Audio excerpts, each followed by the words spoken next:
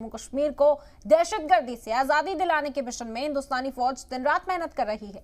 वादी के कोने कोने से दहशतगर्दी के सफाई की मुहिम जारी है। गुज़श्ता 48 घंटों में फौज ने 2 अलग अलग एनकाउंटर में 5 दहशतगर्दों को मार गिराया।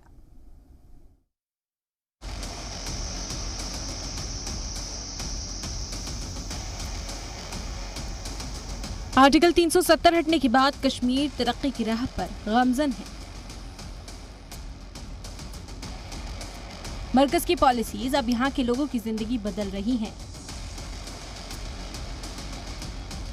साथ ही वादी में दीमक की तरह खोखला कर रही दहशतगर्दी को जड़ से उखाड़ फेंकने की मुहिम भी जारी है। हिंदुस्तानी फौज एक के बाद एक वादी में दहशतगर्दों का सफाया कर रही है। गुज़श्ता 48 घंटों में फौज ने घाटी में कुल 5 दहशतगर्दों को मार गिराया। बुध को सोपोर में फौज ने जैश के 2 मुबैना दहशतगर्दों को ढेर कर दिया। ये कहां के रहने वाले थे, इसकी जांच अभी जारी है। फौज के मुताबिक दोनों दहशतगर्द आम लोगों पर हमला करने वाले थे। एनकाउंटर के दौरान एक आम शहरी भी जख्मी हो गया, जिसका इलाज चल रहा है। इससे एक दिन पहले शोपियां में भी फौज ने 3 दहशतगर्दों को मार गिराया। तीनों मुबैना दहशतगर्द लश्कर के बताए जा रहे हैं। शोपियां एनकाउंटर में फौज को 3 AK-47 और 6 मैगजीन्स मिले थे। बताते चले कि इस साल अब तक 92 एनकाउंटर हो चुके हैं, जिसमें 145 मुश्तबा दहशतगर्दों को ढेर किया गया, जिसमें 38 पाकिस्तानी दहशतगर्द थे। हालांकि इस दौरान 20 जवानों को भी शहादत देनी पड़ी, जबकि 21 आम शहरियों को भी अपनी जान गंवानी पड़ी। वादी में बेहतर हालात के लिए फौज पूरी मुस्तैदी के साथ काम कर रही है, ताकि जमीन की जन्नत को हकीकत में जन्नत की तरह बनाया जा सके। ब्यूरो रिपोर्ट, जी मीडिया।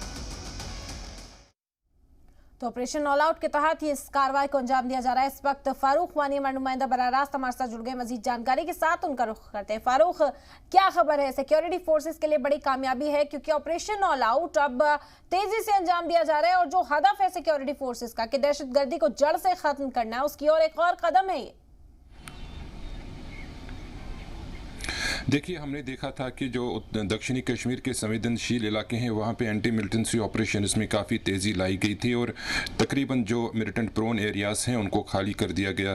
तो इसी तरह से अब जो मूव है वो जम्मू कश्मीर पुलिस और सुरक्षा बलों ने अब उत्तरी कश्मीर के जो इलाके हैं वहाँ पे किया है। ख़ासतौर पर हमने देखा मिलिटेंट गतिविधियाँ जो बांडीपुरा में, कुपवारा में, हंदवारा में, बारामूला में देखी गई और कई OGWs को गिरफ्तार किया गया बारामूला में। उसके बाद कल रात इनपुट्स थे जम्मू कश्मीर पुलिस और सुरक्षा बलों को, जो सोपोर का बोमई एरिया है वहां पे मिलिटेंट छुपे हुए हैं। और जो ही सुरक्षा बल और जम्मू कश्मीर पुलिस की टीम पहुंची, 22 RR सेना के जवान भी पहुंचे, तो वहां पे मिलिटेंटों ने फायर खोला। उसके बाद ये मुठभेड़ शुरू हो गई। हालांकि मुठभेड़ में एक आम नागरिक भी अली मोहम्मद, जिसकी पहचान बताई जा रही है, वो इस अटैक में घायल हुआ है, जिसका उपचार श्रीनगर के SMH अस्पताल में चल रहा है। और उसकी हालत जो है सामान्य बताई जा रही है। इसमें 2 मिलिटेंट मारे गए। दोनों का ताल्लुक जैश मोहम्मद से है, जिनकी एक पहचान जो है हुई है। दोनों की जो पहचान फ़िलहाल जो है वो हुई है, जिसमें मोहम्मद रफ़ी और अशरफ एक व्यक्ति हैं जो कि पुलवामा से हैं, और दूसरा जो है मोहम्मद रफ़ी वो सोपोर के क्षेत्र से ही हैं। और दोनों को टास्क दिया गया था कि वो मिलिटेंट गतिविधियाँ इस एरिया में बढ़ाए और साथ साथ में सिविलियन किलिंग्स को भी जो है अंजाम दे। लेकिन उससे पहले ही जम्मू कश्मीर पुलिस को जिस तरीके से सूचना मिली कि इस तरह की गतिविधियां होने वाली हैं इस एरिया में, उन्होंने पूरी तरीके से इस एरिया को पहले कॉर्डन ऑफ किया। उसके बाद उस जगह पे पहुंचने की कोशिश की जहां पे मिलिटेंट छुपे हुए थे, और कल देर रात दोनों को जो है न्यूट्रलाइज किया गया। हालांकि जो आम लोगों की सुरक्षा है उनको भी बनाए रखने के लिए जम्मू कश्मीर पुलिस को थोड़ी बहुत इसमें मशक्कत करनी पड़ी, क्योंकि ये काफ़ी कंजेक्टेड एरिया है जिस जगह पर ये मिलिटेंट दोनों छुपे हुए थे। उसके बाद एहतियाती तौर पर जो है वहाँ के लोगों को सुरक्षित पर दिया गया। उसके बाद जो मिलिटेंट हैं उनको न्यूट्रलाइज किया गया।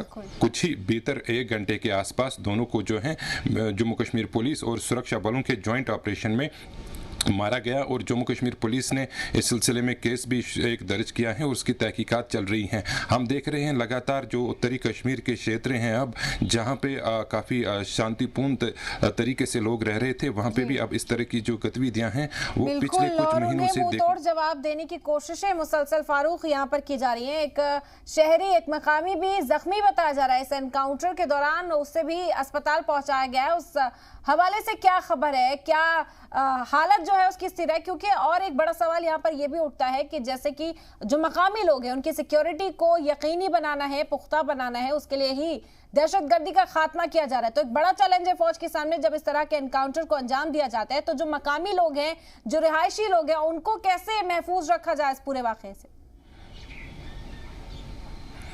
देखिए, जम्मू कश्मीर पुलिस और सुरक्षा बलों की पहले यही प्राथमिकता रहती है, जहां पे भी एनकाउंटर होता है तो वहां पे आम नागरिकों की सुरक्षा को पहले यकीनी बनाया जा रहा है।